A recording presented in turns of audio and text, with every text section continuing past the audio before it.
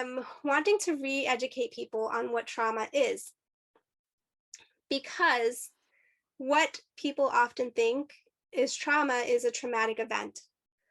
This bad thing or this big thing happened to me, and I'm traumatized. And trauma is actually the body's response to something which occurred, the body's physiological response to something which occurs. And trauma can start to happen to us in the womb. We can start to have the effects of trauma in the womb. We can start to have the effects of trauma when we're just born. And basically, our nervous system is very complex, but a baby learns how to regulate their nervous system from their caregiver, from their mother. This is where we first learn it. And so if our mother, if our caregiver was chronically stressed, was chronically tense, or just was sad or depressed or didn't know how to regulate their nervous system, then we in our body as a little baby,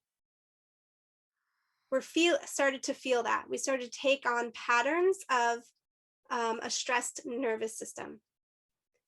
And also as a little baby, we have to rely on another person.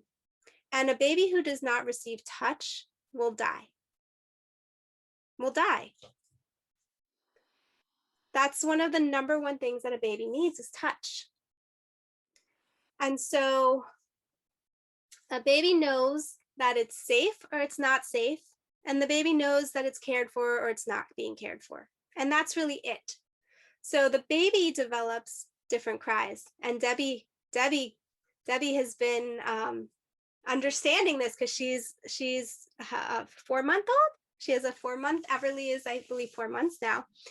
And she's like, wow, she has this cry and I know she needs me. And I start sweating, right? There's all these hormones that are released. I know that she needs me. And that's a function that, that's an evolutionary function. Babies develop certain cries for if they're hungry, for if their diaper is soiled, for if they need their mom. And if a mom or a caregiver cannot identify those cries and are not responding correctly to the needs of the baby is stressed. So I say this because we could be holding things in our body, right? From when we were a baby and we cried and cried and cried for 3 hours and nobody knew what to do with us. So we didn't get enough touch, or our mother was depressed or chronically stressed.